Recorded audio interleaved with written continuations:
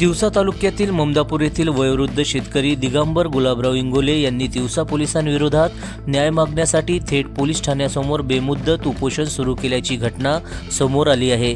सलग 3 दिवस उपोषण सुरू असतानाही प्रशासनाकडून कोणतीही दखल घेण्यात आली नाही। यामुळे उपोषणकर्त्याची प्रकृती खालावली होती। दरम्यान शुक्रवारी सकाळी खासदार बळवंत वानखेडे यांनी उपोषणस्थळी भेट देत तिवसा पोलीस ठाणेदाराशी समोरासमोर चर्चा केली। यावेळी दिगंबर इंगोले यांनी आपली कैफियत मांडताना सांगितले की त्यांच्या शेतात वारंवार चोरीच्या घटना घडत होत्या। उभ्या पिकांवर तणनाशकाची फवारणी करण्यात आली, तसेच शेताशेजारील व्यक्तीकडून सतत दमदाटी होत असल्याने ते मानसिक त्रासाला समोर जात होते।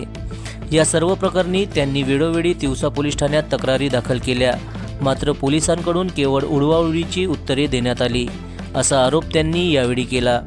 न्याय मिळत नसल्यामुळे अखेर त्यांनी गांधी मार्ग स्वीकारत बेमुदत उपोषण सुरू केले होते। उपोषणाच्या 4थ्या दिवशी त्यांची प्रकृती अधिकच खालावली। ही बाब लक्षात घेत खासदार बळवंत वानखेडे यांनी पोलिसांना खडे बोल सुनावत तक्रारीची तात्काळ दखल घेऊन दोषींवर कायदेशीर कारवाई करण्याचे आदेश दिले।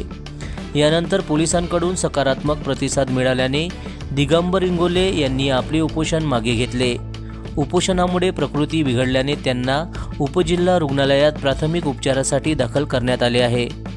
प्रशासन आणि पोलीस यंत्रणेच्या दुर्लक्षामुळे या एका वयोवृद्ध शेतकऱ्याला उपोषणासारखा मार्ग स्वीकारावा लागल्याची ही घटना अनेक प्रश्न उपस्थित करत आहे। जनसमर्थन न्यूज, तिवसा, जिल्हा अमरावती।